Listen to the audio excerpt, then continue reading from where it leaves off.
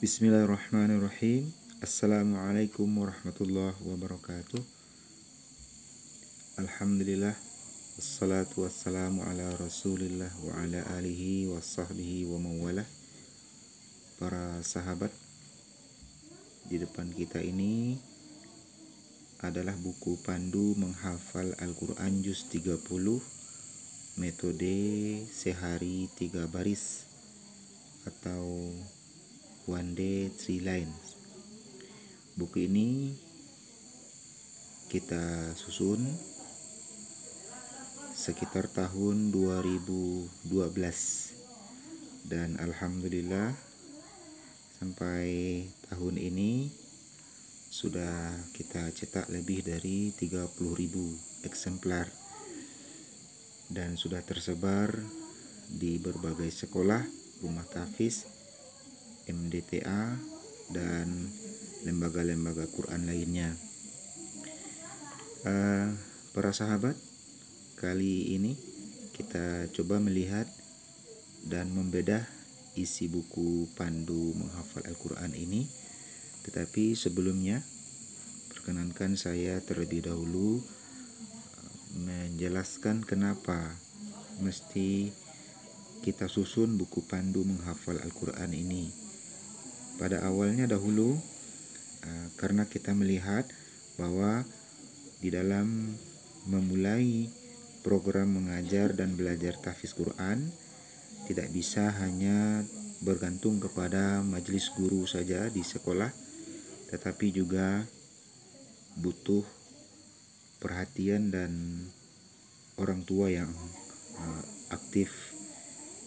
Di samping juga santrinya itu sendiri yang kita utamakan untuk memperbaiki bacaannya dan menjaga semangat dan motivasinya. Sehingga 3 pilar ini tidak bisa tidak di dalam kita melaksanakan proses belajar mengajar Al-Quran, yaitu adanya guru, santri, dan orang tua. Sengaja buku ini kita beri judul dengan buku pandu karena memang fungsi buku ini adalah memandu bagi para pemula di dalam menghafal Al-Quran, terutama sekali dalam memandu mereka di dalam penerapan tajwid dan juga membatasi hafalan-hafalan mereka sehingga tidak menjadi beban bagi mereka hafalan-hafalan yang sedang mereka persiapkan. Justru malah terasa menjadi ringan karena melihat kepada surat-surat yang ada dalam juz 30 itu ada yang panjang, ada yang pendek, sehingga bagi para pemula ketika menghafal surat-surat yang pendek itu semangat biasanya tuh. Tapi bila nanti ketemu surat-surat yang panjang, maka mulai semangatnya itu turun karena alasan suratnya ini panjang, susah, sulit atau berat dan lain sebagainya. Di buku pandu ini seluruh surat-surat yang ada di dalam juz 30 sudah kita bagi per kolom sehingga menghasilkan 125 kolom dari surah An-Naba sampai surat An-Nas, sehingga tidak ada lagi di dalam kolom-kolom yang ditemukan itu panjang dan pendek seolah-olah semuanya sama. Buku pandu ini juga sengaja kita fokuskan kepada juz 30 karena memang bagi para pemula di dalam menghafal Al-Quran banyak memulai dari juz 30, kemudian setelah dipandu menghafal juz 30, untuk menghafal juz-juz berikutnya kita menyarankan untuk langsung kepada mushaf Al-Quran. Dan juga buku pandu menghafal Al-Quran juz 30 ini bisa kita jadikan sebagai guru untuk lebih mendetailkan lagi tajwid bagi anak-anak kita yang kita simakkan.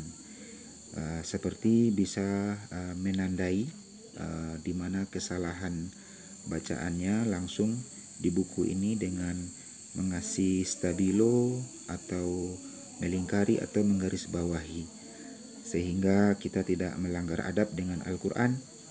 Sementara bila langsung dengan Al-Quran, tentu rasanya kita kurang adab bila harus menstabilo atau menggarisbawahi atau melingkari huruf-huruf yang ada di dalam mushaf Al-Quran. Baik para sahabat, coba kita intip apa isi daripada buku Pandu Menghafal Juz 30 ini.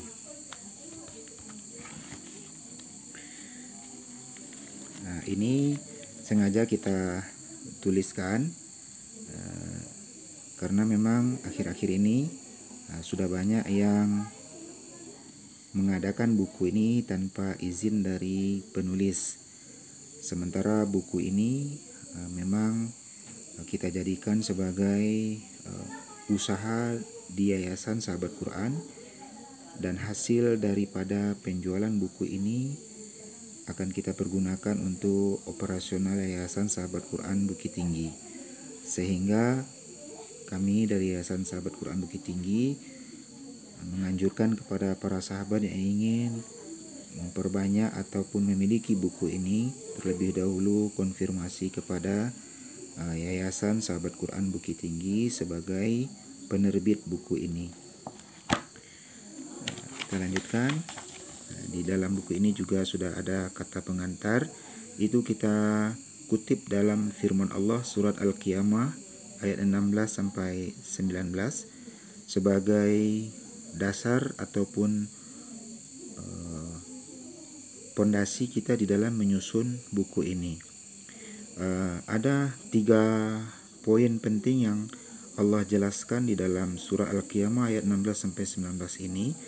Yang pertama, tidak boleh terburu-buru di dalam mempelajari, membaca sampai nanti menghafal Al-Quran.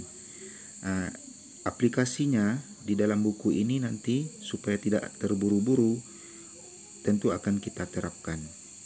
Kemudian poin yang kedua, di dalam buku ini, di dalam ayat ini Allah Subhanahu wa taala menjelaskan bahwasanya pentingnya untuk mengumpulkan hafalan-hafalan kita dari 1 ayat kemudian menjadi 2 ayat, kemudian 3 ayat.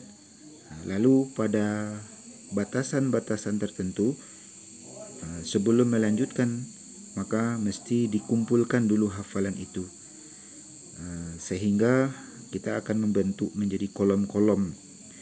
Dalam penguasaan kolom-kolom tersebut, sebelum menguasainya dengan betul dan benar, tidak boleh melanjutkan kepada kolom berikutnya. Ini tahap awal pengumpulan hafalan. Nanti ada lagi di dalam kolom buku ini takrir. Takrir itu pengujian hafalan yang kita mulai dari satu surat, kemudian lanjut ke 1/4 juz, setengah juz, 3/4 juz, sampai nanti mukammal 1 juz. Jadi ada pengumpulan atau nanti diistilahkan dengan kompre, munakasah atau ujian. Kemudian poin yang ketiga yang penting di dalam Al-Quran yang Allah jelaskan surah Al-Qiyamah ayat 16 sampai 19 ini, pentingnya talaki. Bagaimana guru membacakan bacaan yang benar kepada santrinya, sehingga santrinya nanti bisa meniru atau mencontoh bacaan yang benar tersebut terlebih dahulu sebelum menghafal. Aplikasinya dalam buku ini kita bentuk menjadi tahsin. Nah, sekarang mari kita lihat. Ini ada beberapa kata sambutan. Ini juga ada panduan 1, 2, 3 dan panduan 4. Berisi panduan sederhana untuk memperhatikan bagaimana bacaan, tajwid dan hafalan para santri. Nah, inilah salah satu bentuk kolom-kolom yang kita susun di dalam buku ini. Terdiri dari hari ke, ini kita isi angka Romawi atau angka biasa. Tujuannya nanti supaya kita bisa menghitung berapa hari kita di dalam menghafal juz 30 ini.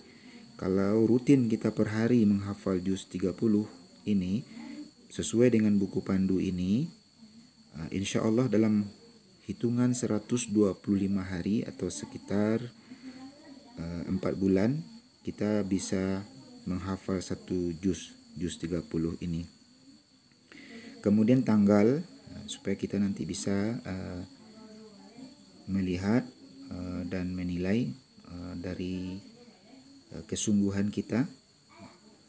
Kalau bisa nih tiap hari, sehingga kita mengisi tanggalnya berurutan.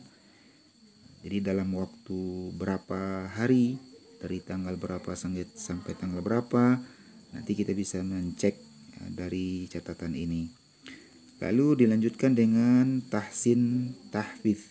Jadi tahsin itu artinya membenarkan, tahfiz dan menghafal. Artinya adalah kolom ini kita lihat dari surat An-Naba.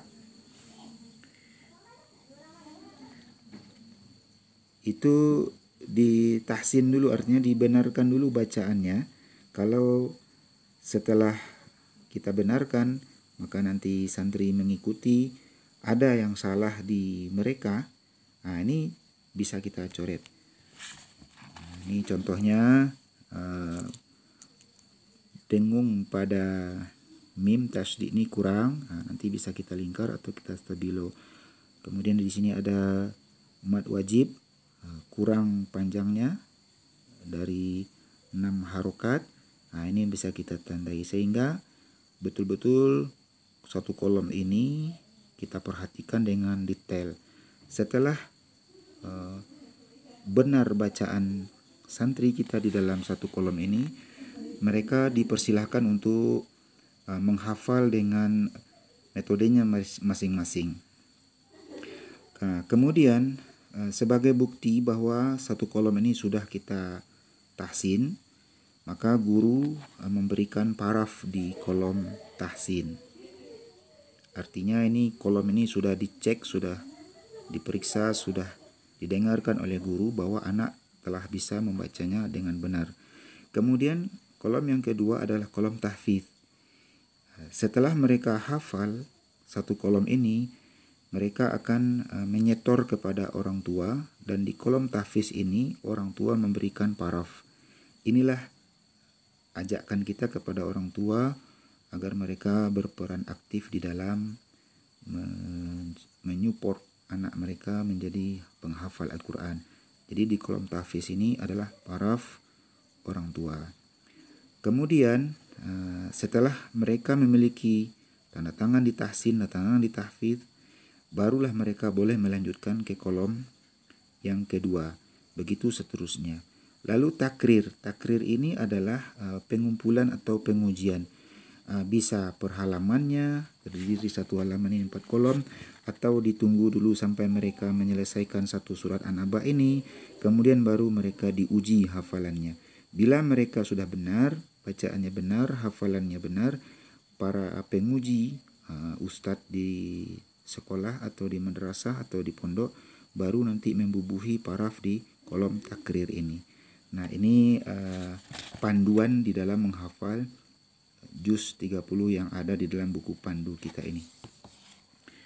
Baik para sahabat, semoga penjelasan ini bermanfaat dan semoga buku pandu menghafal Al-Quran ini dapat menjadi amal jariah buat kita semua.